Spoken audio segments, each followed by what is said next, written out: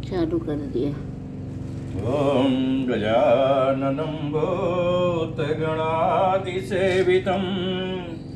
अकपेतजम्बोफलचारुभक्षणम् उमासुतं शोकविनाशकारकं नमामि विघ्नेश्वर पादकम्। आदिशक्ति महामाये दिव्य ज्ञान स्वरूपिणी नौ दुर्गे जगन्माते प्रणमामि मुहुर्मुहुः। कर्पूरगौरं करुणावतारं शनशारसारं भुजगेन्द्रहारं सदा वसन्तं हृदयारविन्दे अभमं भवानी सहितं नमामि। अतुलितबलधामं हेमशैलाभदेहं धनुजबलकिसानं ज्ञानिनामयाग्रगण्यं सकलगुणनिधानं वानराणामधीशं रघुपति प्रियभक्तं पार्थजातं नमामि। ॐ हरि मनोजं मारुततुल्यवेगं जितेन्द्रियं बुद्धिमतां परीशम् अवातात्मजं वानरयूथमुख्यं श्रीरामदूतं शरणं प्रपद्ये। नीलाम्बुजश्यामले कोमलाङ्गं सीतासमारोपितवामभागम् पाणौ महासायकजारुजावं नमामि रामं रघुवंशनाथम्। गुरुर्ब्रह्मा गुरुर्विष्णु गुरुर्देवो महेश्वरा गुरुर्साक्षात् परब्रह्म तस्मै श्रीगुरवे नमः। विश्वनाथ मम नाथ पुरारी त्रिभुवन महिमा विदित तुम्हारी। आशुतोष तुम यौडरदानी आरति हरहु दीन जन जानी तो तुम जानहु अंतरयामी पुरवहु मोर मनोरथ स्वामी। प्रभु अब कृपा करो यही भांति सब दि भजन करो दिन राति। दीन दयाल दया कर दो भोलेनाथ कृपा कर दो हर भोले एक तेरा सहारा है बिन तेरे ना इस जग में कोई हमारा है। नमः शिवाय ओम नमः शिवाय नमः शिवाय ओम नमः शिवाय नमः शिवाय ओम नमः शिवाय बम बम भोले नमः शिवाय नमः शिवाय ओम नमः शिवाय बम बम भोले नमः शिवाय। दोस्तों आज श्री शिव महापुराण की प्रातःकालीन बेला का पाठ करने जा रहे हैं। आप सभी दोस्तों श्रोता बंधुओं का सादर नमन और अभिनंदन है। आप लोग बाबा के रस में डूब गए हैं। बाबा भोलेनाथ की कथा बड़े प्रेम से सुन रहे हैं, लाइक और सब्सक्राइब कर रहे हैं। इसके लिए हम आप सभी का आभार व्यक्त कर रहे हैं। दोस्तों ये बड़ी दुर्लभ कथा है।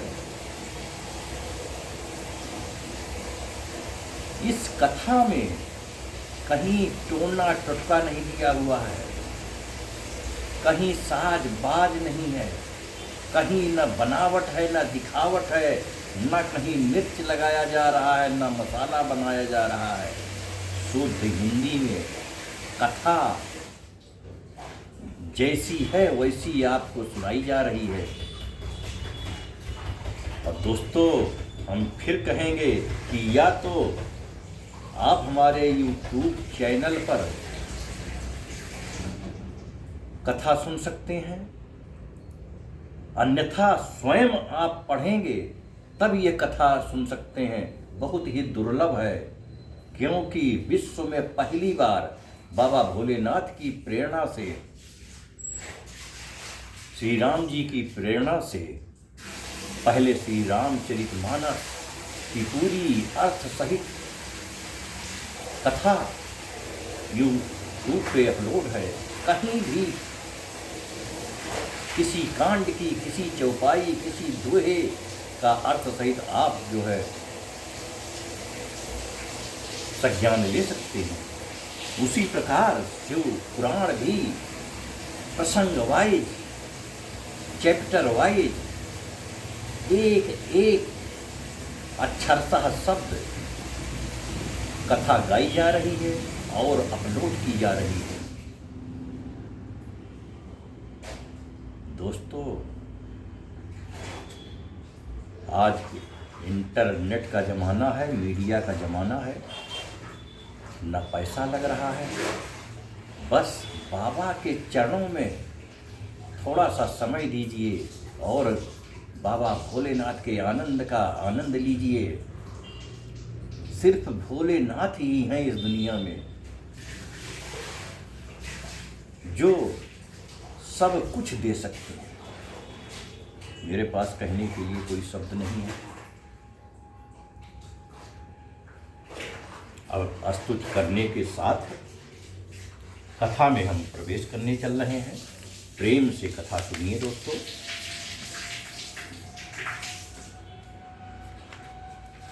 नमः शिवाय बाबा, नमः शिवाय, नमः शिवाय भोले, नमः शिवाय, नमः शिवाय भोले, नमः शिवाय। द्वादश ज्योतिर्लिंग नामानि, ये संक्षिप्त स्तोत्र है जो आप सभी को भी कंठस्थ होगा। पहले इसका गुणगान करते हैं, इसके बाद फिर कथा में प्रवेश करते हैं।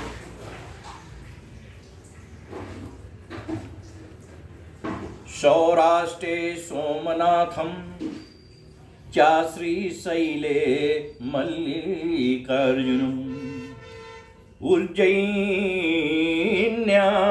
महाकालम् ओंकारममलेश्वरम्, परल्यां वैद्यनाथं जटाकिन्यां भीमशङ्करम्,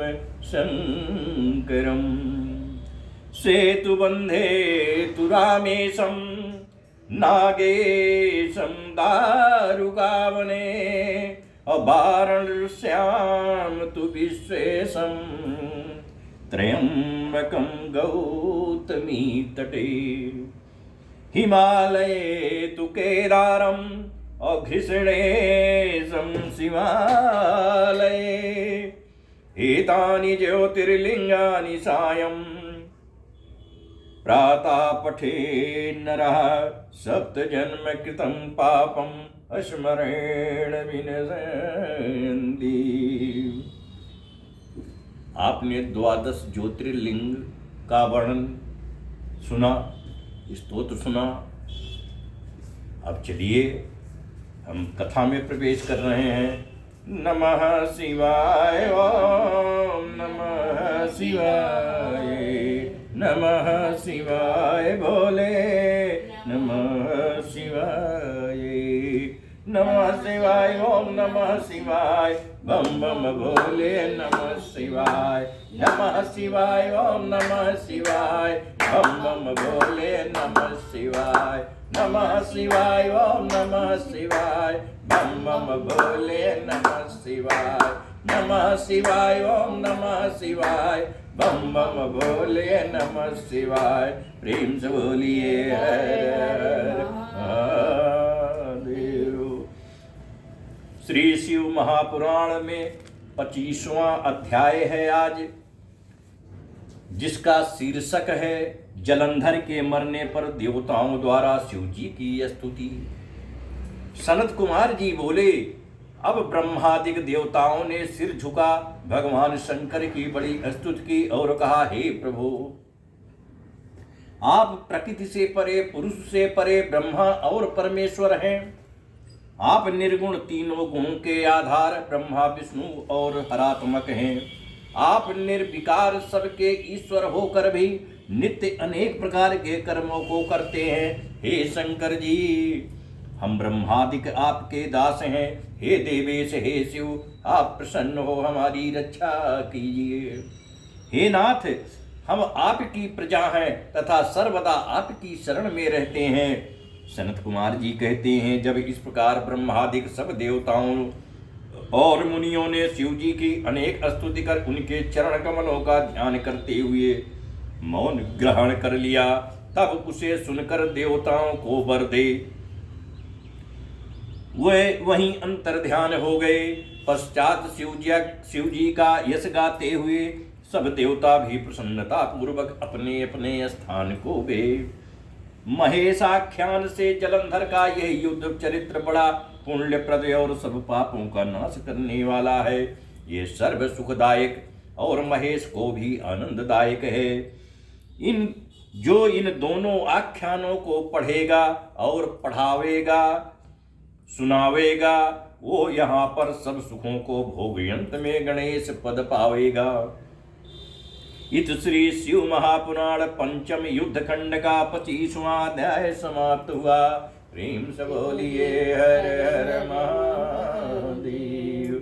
नमः शिवाय बाबा, नमः शिवाय, नमः शिवाय बोले, नमः शिवाय, नमः शिवाय, ओम नमः शिवाय, बम बम बोले, नमः शिवाय, नमः शिवाय, ओम नमः शिवाय, बम बम भोले, नमः शिवाय, नमः शिवाय, ओम नमः शिवाय, बम बम भोले, नमः शिवाय, नमः शिवाय, ओम नमः शिवाय, बम बम भोले, नमः शिवाय। प्रेम से बोलिए हर हर महादेव। 26वां अध्याय, जिसका शीर्षक है विष्णु मोह नाश। धात्री, मालती और तुलसी का आविर्भाव। व्यास जी बोले, हे ब्रह्मा जी के पुत्र, अब आप कृपा कर मुझे यह बतलाइए कि वृंदा को मोहित कर विष्णु जी ने क्या किया और फिर वे कहाँ गए। सनत कुमार जी बोले, जब देवता स्तुति कर मौन हो गए, तब शंकर जी ने सब देवताओं से प्रसन्न होकर कहा, हे ब्रह्मादिक देवताओं, जलंधर तो मेरा ही अंश था। मैंने उसे तुम्हारे लिए नहीं मारा, किंतु यह मेरी सांसारिक लीला थी। फिर भी आप लोग ये सत्य कहिए कि इससे सुखी हुए या नहीं। तब तो ब्रह्मादिक देवताओं के नेत्र हर्ष से खिल गए और उन्होंने शिव जी को प्रणाम कर विष्णु जी का वो सब वृत्तांत कह सुनाया, जो उन्होंने बड़े प्रयत्न से वृंदा को मोहित किया था तथा वो अग्नि में प्रवेश कर परम गति को प्राप्त हुई थी।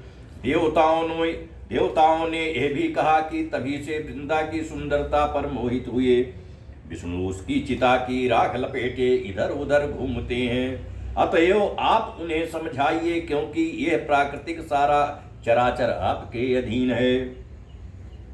देवताओं से यह वृत्तांत सुन शंकर जी ने उन्हें अपनी दुस्तर माया समझाई और कहा कि ये सारा जगत उसी के अधीन है। उसी से मोहित विष्णु भी काम के बस हो गए हैं, परंतु महादेवी उमा देवी की जननी और सबसे परे हैं। वह मूल प्रकृति परम मनोहर और वही गिरिजा भी कहलाती हैं। अतएव विष्णु का मुंह दूर करने के लिए आप अब उनकी शरण में जाइए। यदि वह प्रसन्न हो जाएंगे तो आप सबका कार्य हो जाएगा। शंकर जी की आज्ञा से सब देवता मूल प्रकृति को प्रसन्न करने चले। उनके स्थान पर पहुंचकर उनकी बड़ी स्तुति की। तभी हे आकाशवाणी हुई कि हे देवताओं, मैं ही तीन प्रकार से तीनों गुणों से पृथक होकर स्थित होती हैं। सत्य गुण से गौरी और रजोगुण से लक्ष्मी और तमोगुण से ज्योति रूपा हूँ। अतएव अब आप लोग मेरी आज्ञा से यदि सादर उन देवियों के पास जाओ तो वह तुम्हारे मनोरथ को पूर्ण कर देंगी। यह वाणी सुन देवताओं के नेत्र खुल गए। वह भगवती के वाक्यों का आदर करते हुए गौरी, लक्ष्मी और सरस्वती को प्रणाम करने लगे। सब देवताओं ने भक्तिपूर्वक उन सब देवियों की प्रार्थना की। उस स्तुति से तीनों देवियां प्रकट हो गईं और देवताओं ने प्रसन्न हो भक्तिभाव पूर्वक अपना कार्य निवेदन किया। देवियों ने कुछ बीज देकर कहा, इसे ले जाकर बो दो, तुम्हारे सब कार्य सिद्ध हो जाएंगे।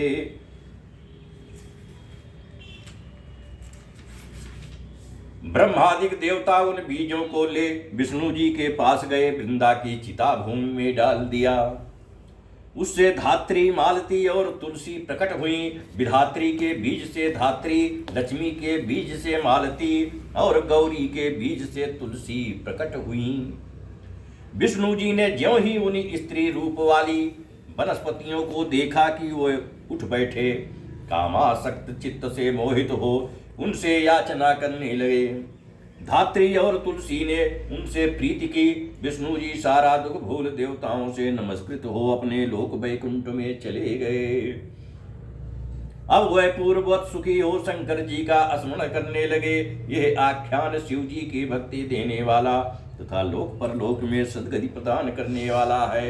इत श्री शिव महापुराण पंचम युद्ध खंड का 26वां अध्याय समाप्त हुआ।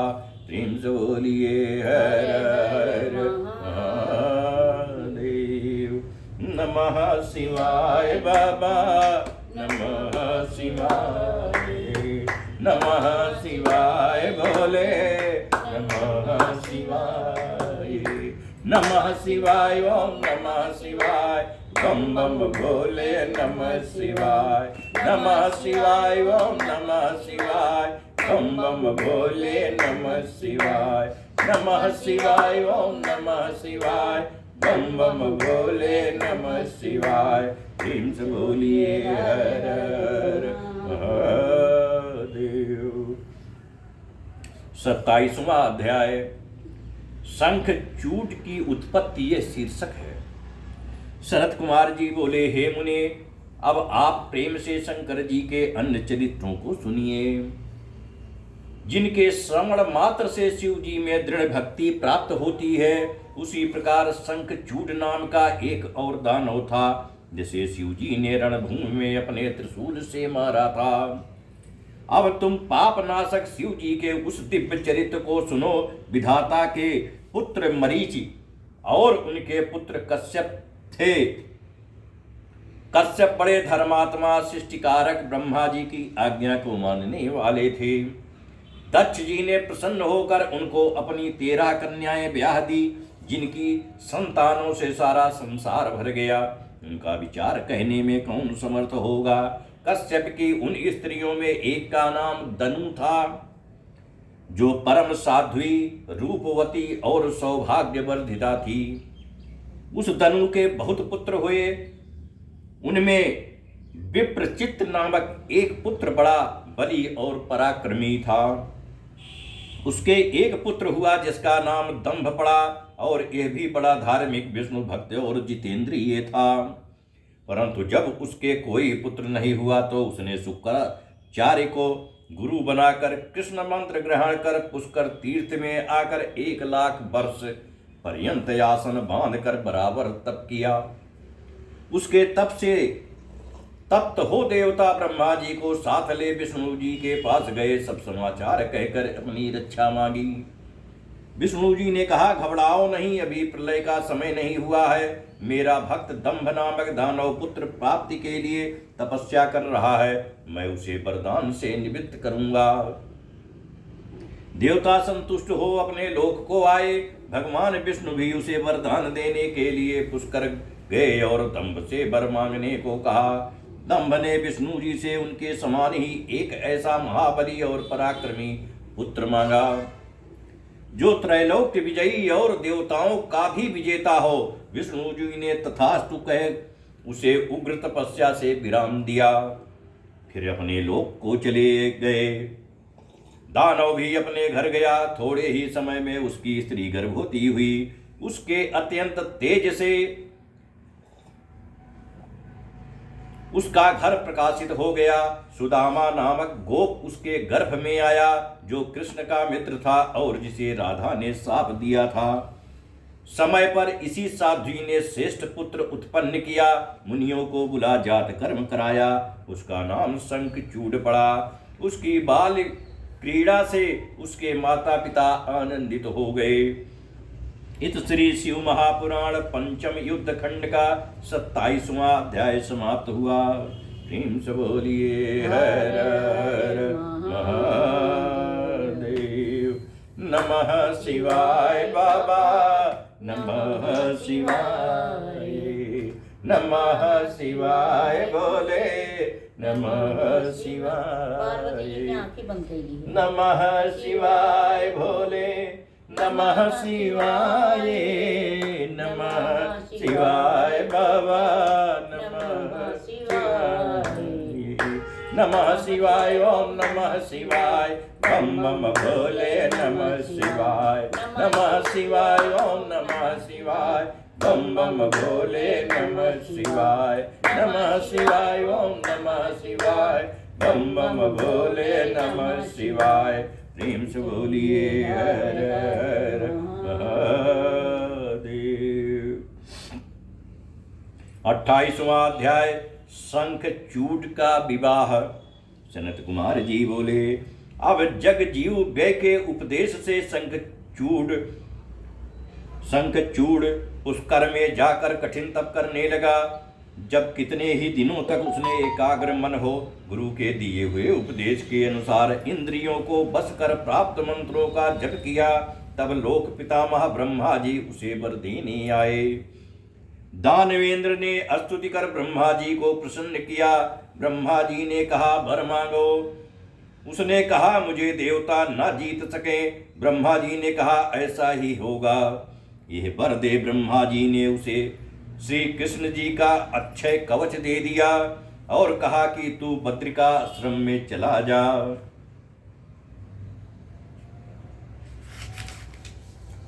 जहां सकामा तुलसी तप कर रही है, तू उससे विवाह कर लेना। वो धर्मराज की कन्या है। ऐसा कहकर ब्रह्मा जी अंतर ध्यान हो गए। शंखचूड़ बद्रिकाश्रम में तुलसी के पास चला गया। सूक्ष्मा जी तुलसी उस पर कटाक्ष करने लगी। उसने उनका परिचय पूछा। तुलसी ने कहा, मैं धर्म ध्वज की कन्या हूं। तुम कौन हो? यहां से चले जाओ। नारी जाति बड़ी मोहिनी होती है। ये ब्रह्मादिकों को भी विष के समान होती है। इस पर उसने अपने को कामी होने से निर्दोष प्रमाणित किया तथा यह भी कहा कि मैं यहाँ ब्रह्मा जी की आज्ञा से आया हूँ। मैं दंभ पुत्र दानव धनुज वंश में उत्पन्न हुआ सुदामा नामक गोप नारायण का पार्षद हूँ। इस समय राधिका के शाप से मैं दानव हुआ हूँ। श्री कृष्ण जी के प्रसाद से इतना अवश्य जानता हूँ। ऐसा कहकर शंखचूड़ मौन हो गया। तुलसी ने कहा, यह बात सत्य है। फिर वो हंसने लगी। तुलसी ने कहा, वही पुरुष संसार में धन्य है जो स्त्रियों से पराजित ना हो। तुमने अपने विचार में पराजित किया। तुलसी के ऐसा कहते ही वहां उसी समय ब्रह्मा जी आ गए। उन्होंने शंखचूड़ से कहा, तुम इसके साथ विवाह क्यों नहीं करते हो? गंधर्व रीत से विवाह कर इसका पाणी ग्रहण करो। तुम पुरुषों में रत्न और यह तुलसी स्त्रियों में रत्न है। बुद्धिमानों का बुद्धिमानों के साथ संगम गुण वाला होता है। ऐसा विरोध रहित दुर्लभ सुख कौन त्यागता है? जो विरोध रहित सुख त्यागता है निसंदेह वो पशु है। फिर तुलसी से कहा कि तुम ऐसे गुणी पति की क्या परीक्षा करती हो? यह देव असुर दानव सबका मर्दन करने वाला है। इसके साथ विवाह कर तू निरंतर सब लोकों में विहार कर। अंत में यह श्री कृष्ण के गोलोक में प्राप्त होगा और वैकुंठ में इसी चतुर्भुज को तू फिर प्राप्त होगी। ऐसा आशीर्वाद दे ब्रह्मा जी अपने लोक को चले गए।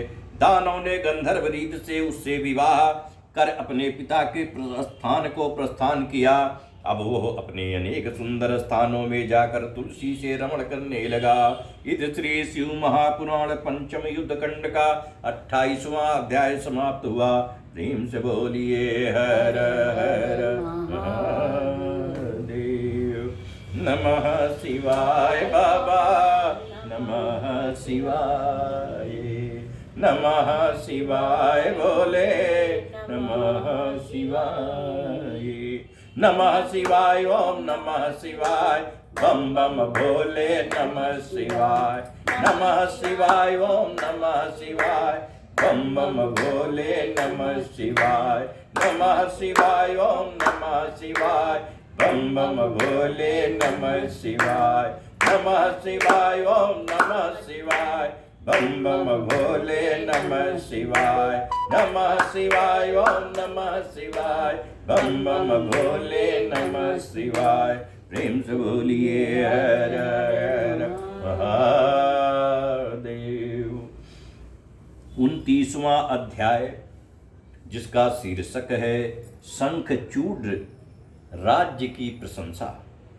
सनत कुमार जी बोले, जब इस प्रकार विवाह कर शंखचूड घर आया और तपस्या कर वर पाया तो सब दानवों को बड़ी प्रसन्नता हुई। कुलगुरु शुक्राचार्य ने भी आकर शिष्य को श्रेष्ठ आशीर्वाद दिया। फिर देवताओं और असुरों का स्वाभाविक वैर वर्णन कर उनका एक संक्षिप्त इतिहास कहा और शुक्राचार्य ने शंखचूड को असुराधिपत्य पद पर अभिषेक किया। बड़ा उत्सव हुआ। दंभपुत्र ने बड़ी शोभा पाई। फिर वो दैत्यों और दानवों की बृहत सेना ले इंद्रपुरी को विजय करने गया।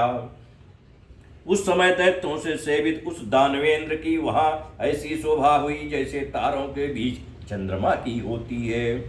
तब शंख को युद्ध में आया हुआ सुनकर देवताओं की सेना ले राजा इंद्र उससे युद्ध करने आए। देवताओं और असुरों का बड़ा भयंकर संग्राम हुआ। वीरों को आनंद और नपुंसकों को भय हुआ। बलि देवताओं से असुर पराजित हो भाग चले। दैत्यों के पलायन से दैत्यराज ने क्रुद्ध हो देवताओं से विकट संग्राम किया। उसके बढ़े हुए वेग से देवसेना भाग चली। उन्होंने गुफाओं और कंदराओं की शरण ली।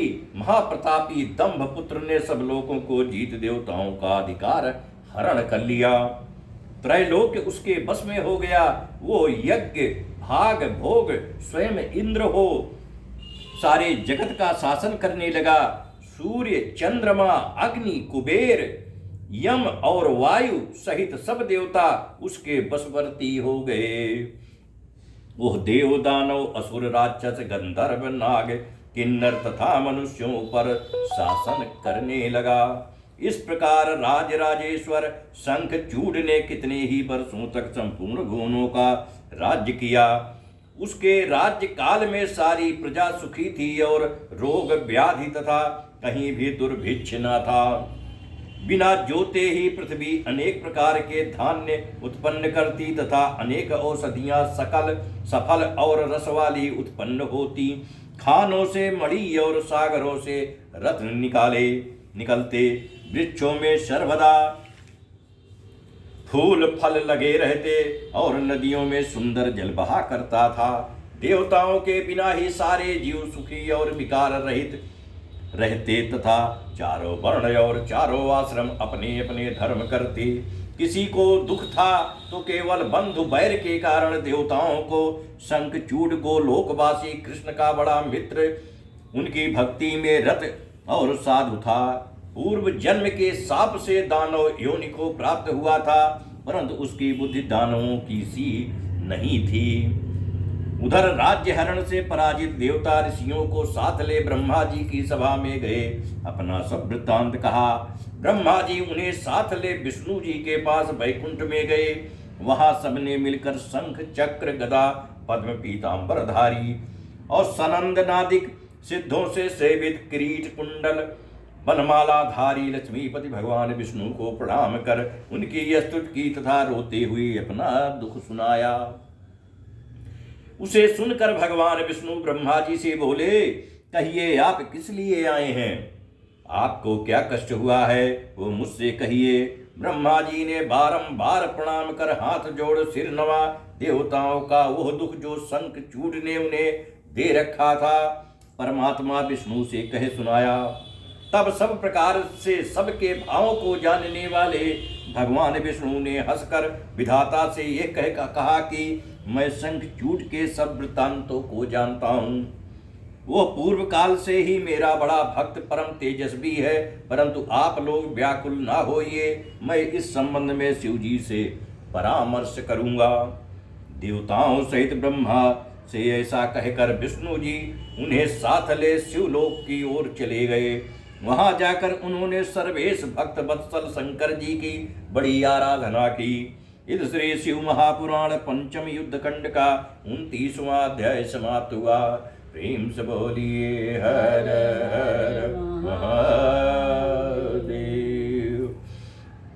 नमः शिवाय बोले नमः शिवाय, नमः शिवाय बाबा नमः शिवाय, नमः शिवाय ओम नमः शिवाय बम बम भोले नमः शिवाय, नमः शिवाय ओम नमः शिवाय बम बम भोले नमः शिवाय, नमः शिवाय ओम नमः शिवाय बम बम भोले नमः शिवाय, नमः शिवाय ओम नमः शिवाय बम बम भोले नमः शिवाय, नमः शिवाय ओम नमः शिवाय बम बम भोले नमः शिवाय।